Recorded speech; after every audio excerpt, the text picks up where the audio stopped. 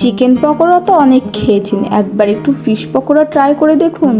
হ্যাঁ, শুনতে অবিশ্বাস্য লাগলে এটাই সত্যি। আজ আমি রুইও নয় কাতলাও নয়, সিলভার কাপ মাছ দিয়ে ফিশ ফ্রাই বানিয়েছি। বড় বড় সিলভার কাপ মাছের পেটি নিয়ে নিয়েছি, সেগুলোকে হালকা লবণ দিয়ে একটু এপিট ওপিট ভেজে নিয়েছি, যাতে উপরের স্কিনটা আর কাঁটাগুলো আলাদা হয়ে যায়। আমি ভেজে তুলে নিয়েছি, ওই মিনিট খানেক মতো ভেজে নিয়েছি। মাছটাকে ঠান্ডা করতে দিয়ে এদিকে বাটিতে আমি 2 কুচি আদা, কাঁচা লঙ্কা, রসুন আর একটু পুদিনা পাতা দিয়ে এটাকে পেস্ট করে নিয়েছি। এখন মাছটা ঠান্ডা হয়ে যাওয়ার পর স্কিনটাকে আর কাঁটাটাকে আমি আলাদা করে নিচ্ছি।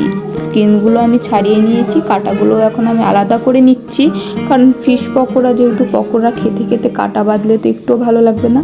তো কাঁটাগুলো আমার বাছা হয়ে গেছে। এখন আমি একটা ব্যাটার তৈরি করে নিচ্ছি।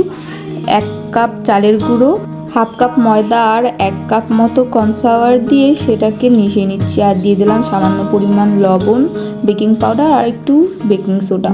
তারপর দিয়ে দিলাম চিনি, হলুদ আর বেটে রাখা সেই পেস্টটা। এখন এটাকে ভালো করে মেখে নেব। মেখে নিয়ে সামান্য পরিমাণে জল দিয়ে এটাকে সুন্দর একটা ব্যাটার বানিয়ে নেব। আচ্ছা, তোমাদের দেখিয়ে দিই ব্যাটারটা কীরকম ঘন হবে।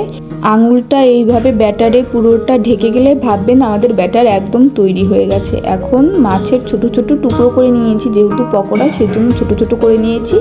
এখন এগুলো ব্যাটারে চুবিয়ে লো টু মিডিয়াম আঁচে এগুলোকে ভেজে নেব।